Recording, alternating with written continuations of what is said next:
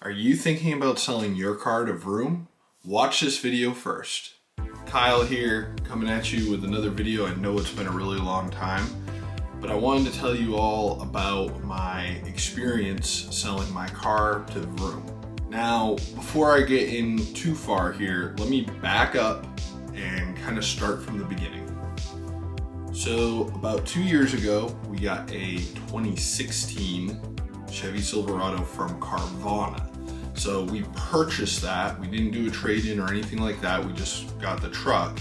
And so I had had some experience with these online dealerships before, and I have a video about that experience, which I will try to leave a card for here or put down in the description of this video if you're interested in that. But I had some experience with them and it didn't go too bad. It was one of the easier processes that I've ever been through.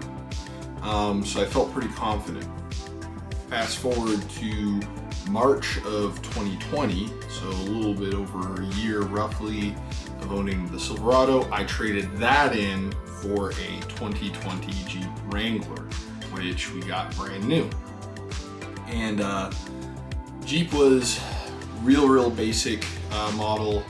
It was the Willys Sport, so that means it had manual everything, manual locks, manual windows, manual transmission, just spec'd as low as possible except for the Willys trim package, which includes some more aggressive tires, a limited slip differential, some rock rails and floor mats, little stuff like that. But it was really basic when it comes to Wranglers. So I'm trying to remember, think back here, I believe the MSRP of that Jeep was $34,000, and because of various incentives, everything like that, by the time we actually purchased it, not including the tax, tag, and title, we were at roughly 30 coming out the door, plus figuring another $1,200-1,500 in taxes because we're in Virginia.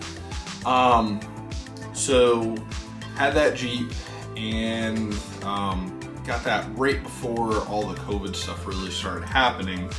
And after COVID started happening, we moved. I ended up getting a job where I was commuting 2 hours a day each way. So actually it was 4 hours a day commute, and racked up 40,000 miles on the Jeep in a year. So it was a new model, but relatively high miles, very low options. I did have aftermarket upgrades. I had a 2.5-inch lift on it, 35-inch tires, flat fenders, small stuff like that. I did have a winch on it, but I ended up taking the winch off to sell it. So I did not sell it with the winch, but most every other upgrade I had was already on there. So let me get into the whole process here, kind of give you a timeline.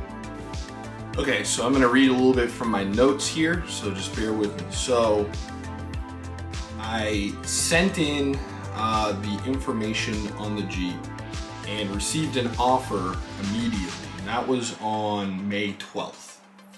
So when I put in all the stuff, there's a questionnaire and asked about the condition of the vehicle, mileage. It's really gonna base most of its price on your VIN and then your own statements about its condition. So for me, I didn't have any damage or any mechanical issues that would be pertinent because, one, I'd never been in an accident, never dinged it up, nothing like that. And anything mechanically would be covered under warranty, being that it's a 2020 model, and I'm making this video in 2021, so it's well within warranty. So sent all that in, and Vroom came back with an offer of $38,000. It was like high 37.9 and change, whatever. Basically $38,000.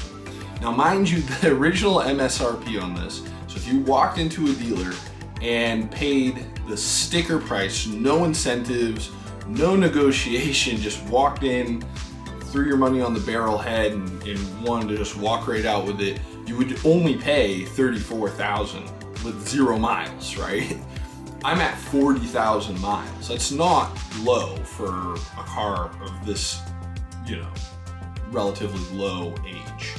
So for them to offer 38 on it, I thought was crazy, and it would be crazy for me to pass it up. It would be just a terrible financial decision not to sell it at that point. Even though it did have some modifications, the modifications, I don't have like a good record of what they all cost, but if I had to roughly estimate, I didn't pay any labor to install any of it. So, you know, maybe $3,000 in mods, nothing crazy. I still had the stock wheels, just bigger tires on it, for instance. So they offered 38, and so I went ahead and accepted that on the 12th. And so Vroom asked for some more documentation, pictures of the registration, the lender information on it. You know, being a 2020, it was still financed at that point. So we submitted all of that, and then we had to wait for them to email us the DocuSign stuff. So basically you send in all of that, and then on Vroom's side, on their corporate side, they need to basically send you out a packet that's pre-filled out, and all you have to do is the DocuSign thing. Almost everybody's done DocuSign at this point, so it doesn't need much explanation. And then once you do the DocuSign, you get overnight FedEx, like physical hard contracts, right? So the DocuSign did not come very quickly. It took a couple of days for our DocuSign stuff to actually get to us, and we were very proactive. I called maybe 3 or 4 different times to try and expedite that, and then once they receive that, they send the FedEx stuff. You know, that's overnight, so that's not too bad. But our particular problem was that we had a different address for our regular home address than where we're staying right now. So they accidentally didn't understand. Somewhere lost in translation was that we wanted the FedEx paperwork sent to our pickup address, not the address on our registration. So that was a little bit of a hiccup, but it didn't delay us that much. It basically added 1 day to the whole process. So I had to call them 3 more times to expedite the FedEx stuff. So we finally got that. I can't remember the exact dates that the FedEx stuff landed, but it was probably another 3 or 4 days after our DocuSign. So we we went through all that, filled out the FedEx stuff, then overnight mailed it back to them. They send it with a prepaid envelope, so you don't have to pay for any of that shipping. You just literally fill out the paperwork and you put it in the envelope and drop it off at a FedEx location, and you're done with that. I saw another video where somebody was saying they made them put their key fob in the FedEx envelope. They did not ask me to do that, and I did not do that in my case. I don't know if that video is a little bit older and the process has changed, or maybe it's something that's regional, because I'm on the East Coast and I know that Vroom's headquarters is in Texas. So I don't know if that makes a difference, but long story short, all we did was sign it, and it's like a carbon copy thing, all of that.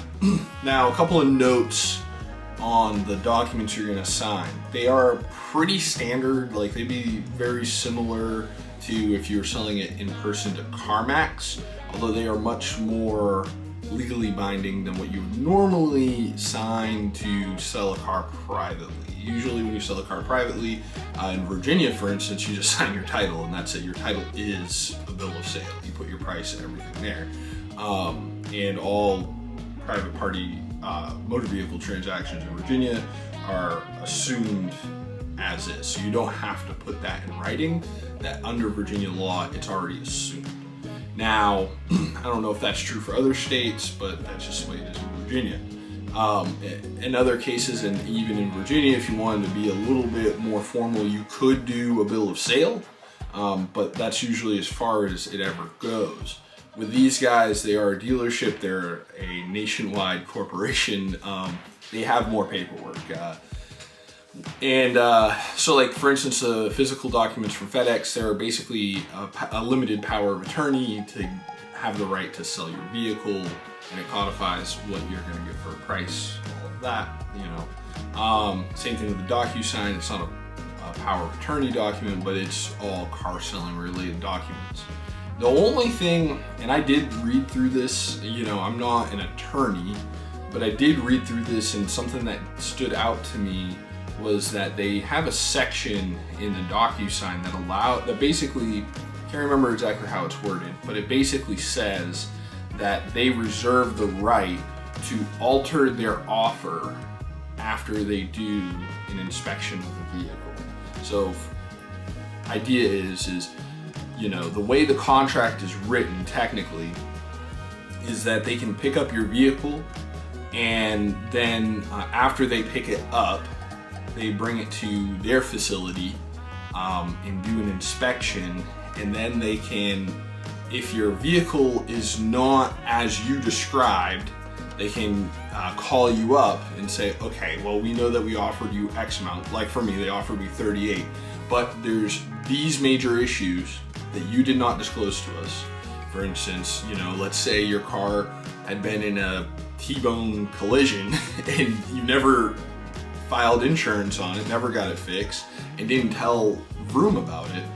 Well, then Vroom could call you back and say, your car is totaled, like we don't want to buy it anymore, or we'll buy it but at this reduced price due to the discrepancy in your description to us. And they'll say, let's say you started at 38, maybe they say we only want to give you 28, you know, so $10,000 difference. If you don't want to accept that offer, you have to pay to have it transported back to you, which I heard somebody else talk about this because I was simultaneously, while waiting for Vroom to pick up my car, I was looking for my next vehicle, and I told the dealership that I was visiting that I was selling my car to Vroom, and obviously they didn't want me to sell to Vroom, they wanted me to sell it to them or trade it into them, and so they tried to scare me out of doing it by saying, well, I have customers that have done this, and then Vroom changed their offer after they got the car, and they had to pay $300 to get it back. Well, you know, and that's a fair concern to have because it's in your contract that can happen.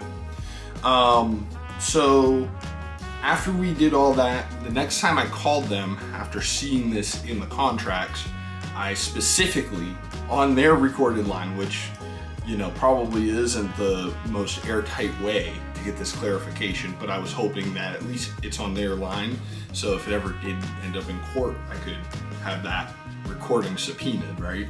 Of course, it would be better if I had control of that recording, but I didn't. So I asked the representative, I said, where does this inspection occur, right, for my particular situation? And, you know, and she didn't quite understand what I was trying to ask, but I was basically trying to figure out, one, is the inspection going to delay the payment on the vehicle, you know, excessively? And two is if they try to change the offer, how far away is my car gonna be? How far away am I gonna have to drive or pay a transport company to bring my car back, right? Those were the two things I was worried about. And she didn't understand what I was even asking, but then after I clarified these points to her, she said, oh, you don't have to worry about that. Once our driver picks up your vehicle, it's sold to us, and the deal is finalized once we take delivery, once it's on the trailer, basically, right? They did something to assuage my concerns about selling to them in that specific section of the contract. Now, of course, you know, people can say something that could be mistaken or they could be lying to you, but I felt like for, you know, the $8,000 in profit that we were slated to make, I could take a $300 risk. So I went ahead, let things move forward. So we started, again, we accepted the offer on May 12th. The actual date that they picked it up was June 2nd. Okay, so, you know, several weeks later, took quite a bit of time. Basically, Vroom does deliver cars themselves with their own trucks, but they do not, at least where I live, they do not pick up the car themselves. They use a third-party contracting company, a basically a hotshot driver, if you're familiar with that. So hotshot driver pulls up. He's just got a dually Dodge pickup truck, you know, I think it was even a 3500, with a gooseneck flatbed trailer, you know, like a big Tex with ramps on it. You know, this is not, you know, a car hauler or anything like that. This is something you would move heavy equipment on. You can fit 2 cars on it, basically. So this guy he calls us the day before, says, hey, I'm coming to pick up the car. I will be there after 2 o'clock. So it was on June 1st. June 2nd, he calls us pretty much at 2 o'clock and says, I'll be there at 4. Well, I mean, I was hoping to be closer to 2. I kind of planned on it being a little bit closer to 2, but 4, technically, he did say after 2 o'clock. He didn't say how far after, right? And that doesn't reflect on Vroom at all. That's their contractor at that point. But he showed up, really good guy. So when the hotshot driver arrived, he basically did a walk around the vehicle and took a bunch of pictures with his phone. It was raining, and I know that he did not get on the ground and look underneath the vehicle. So that's good for some people. For me, it wasn't a big deal because my car was in, you know, good shape. It was a 2020. But if, you know, you get something with a little bit more age to it, might, you know, be good to know that you don't have a super in-depth inspection. He didn't get underneath it. I don't think he opened the hood even. He just took pictures of the exterior condition and the interior condition and the odometer, from what I can tell. He grabbed all those pictures, and while he was doing that, took my plates off, typical thing. And then he basically drove the car up onto the trailer first. Once it was on the trailer, he emailed us the bill of lading. So the bill of lading is how Vroom knows that they now have taken delivery of your vehicle, right? They since they're not, their employee isn't physically going out there, it's a third-party company, they provide you with that. Basically, that's the document that says this company now has possession of this item, no matter if it's a car or a tractor or a bottle of milk, right? They always have a bill of lading for everything that they haul. Obviously, one single bottle of milk probably doesn't have its own bill of lading, and it'll be a lot of other things all in the same thing, but with a car, it does have its own individual bill of lading in this particular circumstance. So he emailed that to us, and then we forwarded that onto Vroom. I'm pretty sure he also sent it to Vroom simultaneously, but Vroom recommends that you get the bill of lading from the driver and then send it to them, because I think some drivers don't do an electronic bill of lading, they do a paper one. This particular company does electronic BOLs. So we got that from him, and I talked to him a little bit to learn about what's happening after he leaves. So basically, he came from his house, which was about an hour and a half away from my house, and then he picked up my car. He said he had to travel up another 30 minutes north of me to pick up another car and then drive. So his trailer's full with 2 cars, and then drive 2 hours south down to the Mannheim auction and drop the cars off at the Mannheim auction. Now, I don't think Vroom was sending my car to Mannheim. And I think what Vroom was doing is the same thing if you've seen my video on Rumble On. I think they're using the Mannheim auction as their storage facility.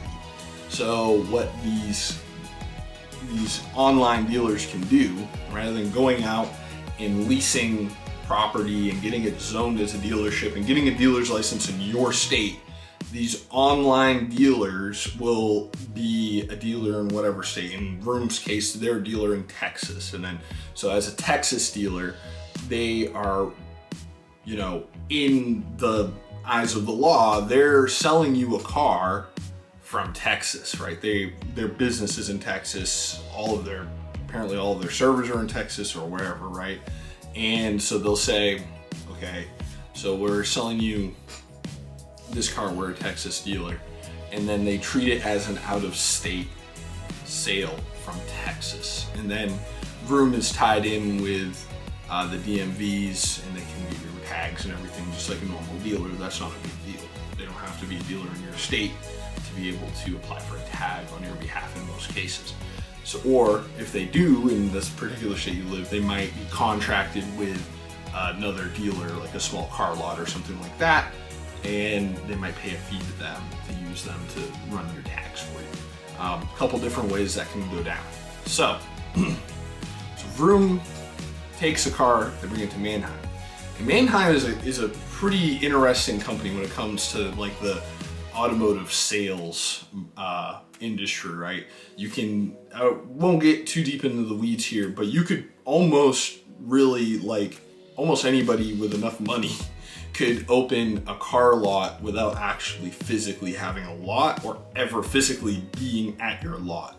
You could just sit in front of a computer and hit buttons and move money around all day and become a millionaire selling cars if you start off with enough money, because Mannheim will take contracts to store your cars, to pre-inspect your cars, to photograph your cars, and I'm pretty sure that's what happened with the Silverado that I had. I'm pretty sure that that was all run through the Mannheim lot and inspected by Mannheim, which if you watch that video again, there was some lacking in their inspection procedure, but that's besides the point. And I know that while Rumble-On was still actively a company, I don't think they're even a company anymore. That's exactly what they did with them too. They used Mannheim. I'll get off that track a little bit, but that's basically what happens there. So back to where we're at with the hotshot driver. He loads up the car, he takes it, rolls out. We have the bill of lading. We send that over to Vroom. And Vroom from this point was pretty expeditious. So we submitted our stuff on June 2nd, the BOL on June 2nd. They sent the payment on June 4th. So it took 2 days from receiving the bill of lading to actually cut the checks, well, cut one check to our lender and one check to, basically do an ACH transfer to our bank. That was on June 4th, which I think is about as fast as you can expect, nearly $40,000 to be moved around. I don't have any problem with that part of the timeline. And then it actually landed in the bank account and landed in the hands of Chrysler Capital on June 7th. So the total time from the time we got the offer to the time that we got paid, right, was, let's see here, 26 days. That is honestly excessively long. I'm not gonna lie. There are other ways you can sell your car a lot faster. I almost believe that I could have sold it privately faster than it sold to Vroom, just because of this whole process. Maybe, maybe not, right?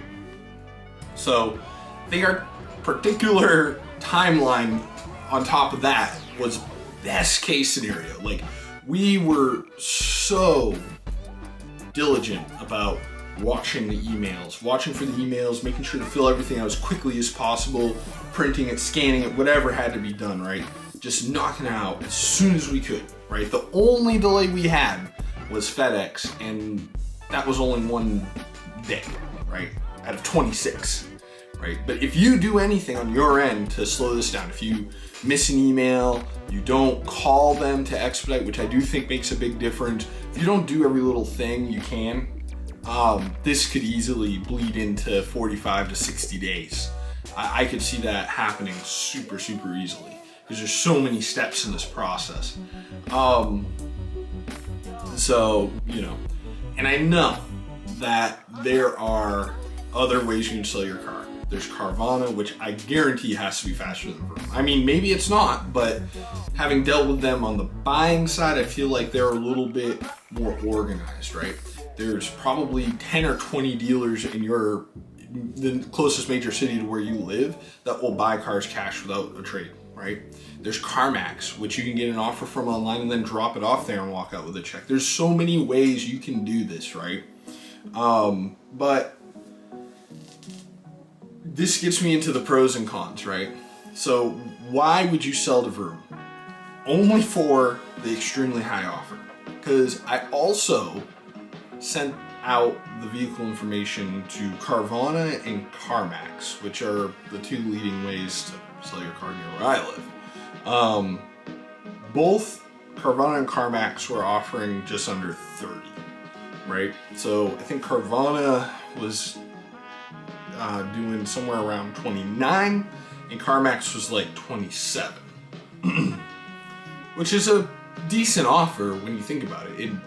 I probably, if it weren't for the fact that Vroom offered so much, I would actually think that those were great offers considering, right? I mean, it only was 30 a year ago with 0 miles on. Now it's got 40,000 and it's still pretty much 30. That's a good offer in my opinion, but you know, Vroom offered basically almost $10,000 more than either of those online services. So it would be kind of crazy to, you know, I don't make $10,000 a month, okay? I'm not gonna leave $10,000 on the table for, you know, a month of waiting. It's just not the way that I do things, right? Camera overheated, so sorry, things are gonna be a little bit out of order now. Let's see if I can pick up where I left off. So, Vroom offered way too much money to not sell to them.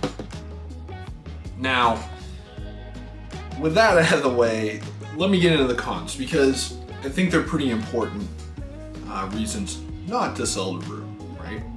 So, really long wait. I mean, 26-day wait. That is way too long, honestly. And, you know, some of you might be saying, oh, 26 days, that's nothing. Well, here's your problem. So, once you accept your offer from Vroom, you can only drive your car 250 miles for the next month, right? Until they come and pick it up. You can only drive that car 250 miles. So if you don't have another car to drive, and like, let's say you gotta go to work every day for the next month, you're screwed. You're gonna have to figure something else out, right? Because you only have 250 miles to drive your car for 26 days or more, probably more. Big problem, right? And I know some other online car dealerships will give you a higher mileage allowance during your pending pickup time. I've heard some of them allow 500 miles, which would be better. You know, wouldn't work for me, but you know, it depends on where you live, right? Or how far you're gonna go. Now, in my particular situation, I have other vehicles to drive, so it wasn't a problem, but I could see that being a problem for most people. And really, that's the only con. I would say that specific clause in the contract allowing them to change their offer is a con, because it is theoretically possible, even though we were assured that once the driver takes delivery of it, that the deal is final and they can't go back on it. That doesn't mean that's actually true. So proceed with caution on that front. I will say that for me, they did not change the offer, so that's good. But if you have a car that might be a little bit more questionable, maybe it's 10 years old or older, things like that, you know, that could be an issue.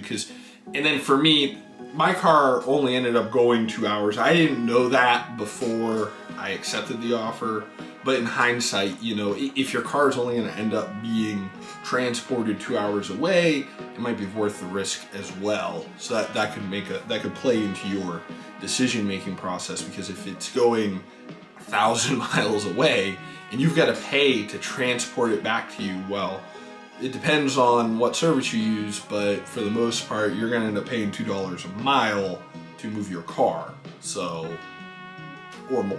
So that's another thing to consider. But again, I don't think that that's really likely to happen as long as you are really honest about the way you describe your car in Vroom system. I don't see that as a huge risk, but it does exist. So would I recommend selling to Vroom? I would say it's a hard maybe. Couple of different factors. First factor is one, did you get a really good offer like I did? If you're not getting, you know, several $1,000s more for your car to sell to them, it's probably not worth it. I mean, if we were talking about like $100, $200, $300, I probably would sell it to CarMax or try Carvana, just see if it's a little bit faster. If you're getting 10, 12, 15, I've heard of some people getting outrageous offers of like, you know, $20,000 or $30,000 over what it's worth on higher end cars. If that's your case, I would say go for it, especially if you have another car you can drive while you're going through this process and you're limited to 250 miles. Now, would I trade in or buy from Vroom? Well, first thing is this part I have to be upfront and say this is somewhat speculation because I didn't buy or trade into Vroom, I just sold to them. But I'm gonna say from my experience selling to them and my experience having worked in and around the automotive industry pretty much most of my adult life, I think not. Now, I shouldn't say, I personally definitely would not buy from Vroom. And there's a good reason. So one, their high offers have to be passed on to you in price. So let's say you are in my position, they offer you $38,000 for your Jeep and then you want to buy or trade it, use it as a trade-in instead of just selling it to them. Well, at that point you effectively got nothing extra by going through Vroom except for a really long wait, because they're gonna have to pass on their high offers to people that buy from them. That's the only way this works. The money has to come into their pocket somewhere. So because of that alone, I would have to say a no on that. Because also your taxes are gonna be assessed based on what you pay. And that's another thing. People say, oh, well, you should trade in because there are sales tax benefits to trading in. And yes, there are. And I had considered that, but when you crunch the numbers, if one, Vroom didn't have anything I wanted, but two, even if they did, I would have to pay probably $10,000 more to get it from Vroom than I would anywhere else. So that's a wash. And so then if I go and I take it somewhere else and I get $10,000 less for the vehicle than I would have just selling it to Vroom separately. Yes, I would save some money in taxes, but the cars in my price range that I'm buying, even the Jeep, are like $1,000 in the sales tax. It's not gonna add up to that good of a savings compared to losing $10,000 in the sale, right? So you'd be losing 10 to save 1. It doesn't make sense, right? I'd just rather pay the tax. It's just not worth it. And I wouldn't even save $1,000 because they're gonna, let's say I go and I trade down, then maybe I would save $1,000. But if I'm trading up or across, I'm still have to pay something. It's not, I'm not gonna end up saving a whole $1,000 here. So no, I don't think it's worth trading in to save that tax money. Now, if another dealer offered you the same exact offer that Vroom did, and they had a car you wanted that was a good price, then sure, trade in, save it. But for me, that just didn't work out that way. Nobody had anything I wanted at a price I was willing to pay for it was gonna offer me a trade-in that was as good as Vroom's buying price. So yeah, I that's where I'm at with that. I wouldn't buy anything from Vroom, whether it's a Jeep or whatever, even if it's a good price. My concerns are with the inspection process. I know that they just basically bought this car sight unseen, just dropped 40 grand, you know, really $8,000 to $10,000 over fair market value for a car that they really have no way to know anything about. So I can't see how you can really guarantee you're gonna get anything of quality. I would have felt better about it. While it would have been more of a hassle on my end, I would feel better about telling somebody to buy from them if they were actually doing some type of reasonable inspection.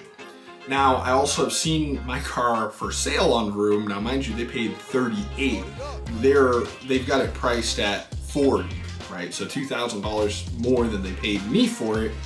So not a huge markup, especially when you consider their transportation costs and everything that goes into storing it, inspecting it, cleaning it, fixing any small things, even transporting it to the dealer for warranty work costs them something. They've got to pay an employee to do that. So they don't really have any markup in the car. But the problem is they're just paying too much for them, which means they have to charge you for that. That $40,000 will go buy a brand new one with 0 miles. You don't want my Jeep. I'm gonna tell you right now. If you see my Jeep on Vroom, just don't buy it. I mean, it's okay, but for instance, it has a recall issue that I'm sure Vroom is gonna have addressed before they sell it, but it had an open recall when I sold it to them. And the reason why the recall was open instead of me just getting it fixed, it wouldn't have cost me anything, is because the recall fix is absolute garbage and it makes your car actually worse. And I won't get into too many details, but you know, one, don't buy any manual Jeep, period. Just don't do it unless it's like the newest one with the newest clutch. If you're looking at a 2018 through 2020 or early 21 Jeep, don't touch it. Don't buy it for any price. They don't have it fixed. They don't have a proper fix for it, and they can burn to a crisp. Don't buy it. But that's besides the point. Definitely don't buy my Jeep for $40 on Vroom. I'm the only person that will ever say that. Don't buy my car, but don't buy it. I wouldn't recommend ever buying any car from Vroom because they could not possibly be reliably inspected. Just not even possible. There's not enough profit margin in the car, at least in my car, for them to make any reasonable repair to it, even if it came out that they found something. So the only answer I can think of is they're just not looking for things. And that's just me being straight up. I would not buy a car from them. So yeah, this video I know is probably kind of long, but I really appreciate you guys making it to the end. And if you've made it to the end, it would be awesome if you'd go ahead and subscribe to my channel and hit like. And also, if you've bought from Vroom, I'd actually be interested in hearing what your personal experience was with it. If the process buying from them is as long as selling to them, or even better yet, if you're trading into them, are the trade-ins taking 26 days? Because my assumption is people that are trading in probably do use that vehicle as a daily driver and don't have another choice. That's why they're trading it. And so if you guys spend 26 days waiting for them to pick up your trade and drop off your next car, that could be a problem. So I'd be kind of interested to hear about that. And yeah, in my next video, I will show you what I got to replace the Jeep. So stay tuned for that, and I'll see everyone in the next one.